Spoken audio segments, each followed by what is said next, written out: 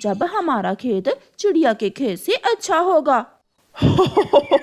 मेरा खेत हरा भरा हो या ना हो, मैं चिड़िया का खेत आज रात ही खत्म कर दूंगा। फिर गौरी कौवी और कालू कौवा अपने घर चले जाते हैं। गुड़िया बेटी, अब आप कल से मेरे साथ काम पर नहीं जाओगी। अब आपकी शादी के दिन करीब हैं। माँ, मेरी शादी की आपको इतनी चिंता क्यों है? जब बेटियाँ जवान हो जाएं, तो माँ बाप को उनकी शादी की चिंता होती ही है। आधी रात को कालू कौवा उठता है। खिड़की से गौरी कौवी कालू को देख रही थी। कालू कौवा एक जलती हुई लकड़ी लेकर जाता है और पेड़ के ऊपर बैठकर चिड़िया के खेत में फेंक देता है। अपने घर के बाहर बैठा हुआ उनका तीसरा पड़ोसी मिठू तोता कालू कौवे को ऐसा करते हुए देख लेता है। उस बुरे कौवे ने चिड़िया की फसल जला दी। ये कौवा बहुत बुरा है, ये हमेशा बुरे काम करता है। अब ना रहेगी चिड़िया की फसल और ना गौरी पत्नी जी मुझे चिड़िया के दाने देगी।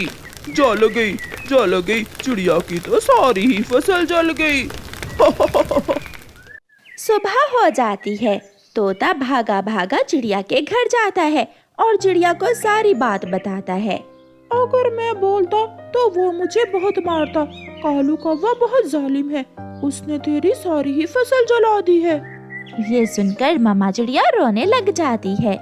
मैंने देर रात की मेहनत से अपनी फसल तैयार की थी और उस कालू कौवे ने मेरी सारी फसल बर्बाद कर दी। मम्मा, हम कमजोर पक्षी हैं, हम कौवों से लड़ाई नहीं कर सकते। आप चिंता न करें, जैसे कौवों ने हमारी फसल जलाई है, मैं उन्हीं कौवों से ही सारा काम करवाकर दोबारा फसल तैयार करूंगी। उड़ती हुई गुड़िया कौवे और कौवी के पास जाती है। अंकल कौवे और गौरी आंटी, हमारा खेत जल गया है।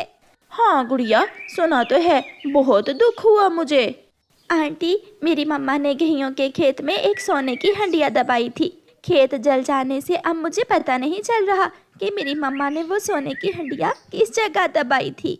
अगर मेरे पास ट्रैक्टर होता तो मैं हल चलाकर अपनी सोने की हंडिया ढूंढ लेती। गुड़िया कौवों को ऐसे लालच देकर अपने घर चली जाती है। कालू जी, जल्दी करो, अपने ट्रैक्टर पर बैठो और हल चलाओ। हम चिड़िया के खेत से सोने की हंडिया ढूंढ लेते हैं। मैं अभी अपने ट्रैक्टर से चिड़िया के खेत में हल चलाता हूँ।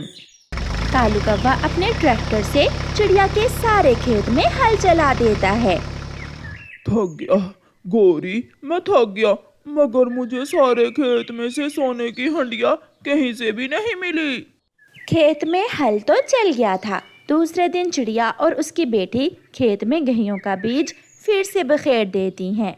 मम्मा, अब देखती जाना, जैसे मैंने उन कौवों से खेत में हल चलवाया, ऐसे ही वो कौवे हमारी फसल तैयार होने पर हमें काट कर भी देंगे।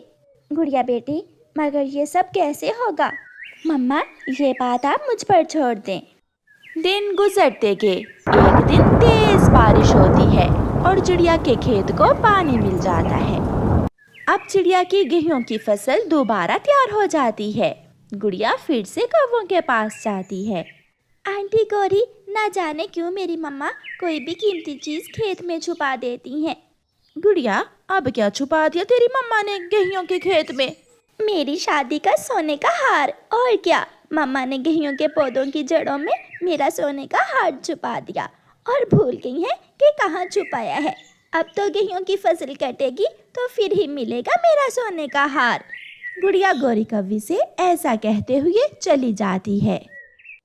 कालू कालू, जल्दी चलो, आज हम चिड़िया की गेहूं की फसल काट कर सोने का हार ढूंढ लेंगे। गौरी, कौन सा सोने का हार? जो चिड़िया ने गेहूं के पौधे की जड़ों में छुपाया है। गौरी और कालू सारा दिन लगाकर चिड़िया की सारी फसल काट देते हैं। जब फसल कट जाती है तो गुड़िया अपनी मम्मा के साथ खेत में आ जाती है। शुक्रिया कौवे अंकल और गौरी आंटी, हमारा काम करने के लिए। आपने ही हमारी गेहूं की फसल को आग लगाई थी ना, और आपने ही हमारा सारा काम करके हमें दोबारा फसल तैयार करके दी। चलो मम्मा, अब फसल समेट लेते हैं। चिड़िया अपनी फसल से दाना अलग करके बोरियां अपनी बैलगाड़ी पर लाद कर घर ले जाती है। गौरी और कालू एक दूसरे का मुंह देख रहे थे। कालू, हम बहुत चातर कौवे हैं, मगर ये छोटी चिड़िया तो हमारी भी माँ निकली। हमें सोने का लालच देकर सारा काम ही हमसे करवा लिया। अगर इतना काम अपने खेत में किया होता तो आज हमारे खेत में भी फसल तैयार होती। और फिर कौवे रोते हुए अपने घर चले जाते।